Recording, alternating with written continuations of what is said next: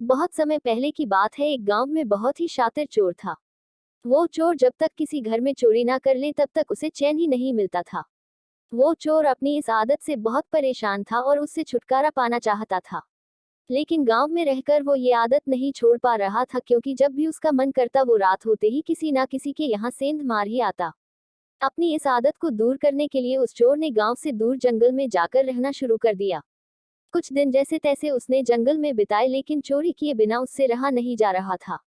उसने एक दिन सोचा कि बहुत दिन हो गए हैं, दूसरा गांव इस जंगल से पास में ही, वहां जाकर एक अंतिम बार चोरी कर लेता हूँ। उसके बाद नहीं करूंगा। ऐसा सोचकर वो अंधेरा होते ही चोरी के इरादे से दूसरे गांव की तरफ निकल गया। लेकिन रास्ते में उसे एक कुटिया दिखी और उसने सोचा कि क्यों न आज रात यहीं हाथ साफ कर लिया जाए। वो चोर जैसे ही उस कुटिया में घुसा तो उसने देखा कि कुटिया के अंदर एक साधु ध्यान में बैठे हैं और वहां चोरी करने के लिए कुछ सामान है नहीं। वो वहां से चुपचाप निकलने लगा, लेकिन ध्यान में बैठे साधु को उस चोर के आने का एहसास हो गया था, तो उन्होंने उसे आवाज दी, जोर कहा, कौन हो? इतनी रात को यहाँ क्यों आए और जाग क्यों रहे हो? वो बोला, मैं एक चोर हूँ और चोरी के इरादे से यहाँ आया था, लेकिन आपके पास चोरी करने जैसा कुछ है ही नहीं, तो अब मैं कहीं और जा रहा हूँ। साधु बोले, चोरी करना छोड़ क्यों नहीं देते? मेहनत का काम करो और एक अच्छी जिंदगी को जियो। चोर बोला, मैं अपनी चोरी की आदत को छोड़ना तो चाहता हूँ, लेकिन चाह कर भी ये आदत मुझसे छूट नहीं पा रही है। आप मुझे आशीर्वाद दें ताकि मैं यह काम छोड़ सकूं। चोर की बातें सुनकर साधु बोले, अगर तुम चोरी की आदत नहीं छोड़ पा रहे हो तो एक काम करना। जब भी तुम चोरी करो तो उसके बाद अपने गुनाहों को उन लोगों के सामने स्वीकार कर लेना जिनके यहाँ तुम चोरी कर रहे हो, या फिर जिनके यहाँ तुम चोरी करने के इरादे से जाओ, पहले तुम उन्हें बता देना। साधु की बात सुनकर चोर थोड़ा हैरान हो गया, पर उसने सोचा साधु ने कहा है तो इस बात का कुछ ना कुछ अच्छा असर ही होगा। ऐसा सोचकर वो वहां से चला गया। अगली रात वो चोर एक घर घुसा और जैसे ही वो वहां रखे पैसों को अपने बैग में भरने लगा, तभी उसे साधु की बात याद आ गई। उसने मन ही मन सोचा, अगर मैं ये पैसे चोरी कर लेता हूँ और फिर घर के मालिक को बताता हूँ तो वो मुझे पकड़ लेगा और पुलिस के हवाले कर देगा। पुलिस मुझे पीटेगी और चोरी करने के जुर्म में मुझे जेल में डाल देगी।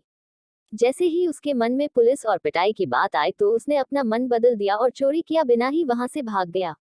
उसके बाद वो चोर जहां भी चोरी करने जाता, उसके मन में वही सब बातें आती और वो डर कर बिना चोरी करे ही लौट जाता। कुछ दिन बाद वो चोर उस साधु के पास फिर से गया और उनसे बोला, गुरुजी, आपने मुझे ये कैसा उपाय बताया है? अगर मैं चोरी करने की बात पहले ही उस घर के मालिक को बता दूंगा तो मैं चोरी कैसे कर पाऊंगा? गुरुजी बोले, मैंने तुम्हें ऐसा उपाय इसलिए बताया ताकि तुम जब भी चोरी करने जाओ तो तुम्हें इस बात का एहसास हो कि जो कर्म तुम कर रहे हो या जो कर्म तुम करोगे उसका परिणाम क्या हो सकता। जब भी तुमने मेरी कही बात पर ध्यान दिया तो तुम सावधान हो गए और जान पाए कि तुम्हारे कर्म अगर ऐसे ही रहे तो तुम्हें सजा भी हो सकती है। इससे तुम अपराध करने से बच पाए। साधु की बात चोर के अच्छी तरह समझ आ गई और उसने चोरी छोड़कर मेहनत से काम करना शुरू कर दिया। सीख जो हमें इस अच्छी शिक्षा देने वाली कहानी से मिलती है, ये कहानी सिखाती है कि हमें हमेशा किसी भी कर्म को करने से पहले उससे मिलने वाले परिणाम के बारे में सोच लेना चाहिए। जब तक हम अपने कर्मों के प्रति सचेत रहेंगे तब तक हम कुछ भी गलत नहीं करेंगे। बहुत से लोग ज्यादा जागरूक न होने कारण गलत कर्म कर देते हैं। वो परिणाम के बारे में नहीं सोचते। कुछ लोग ऐसे भी होते हैं जो पहले कर्म कर देते हैं और बाद में उनके परिणामों के बारे में सोचते हैं, और जब चीजें गलत हो जाती हैं तो फिर पछताते हैं।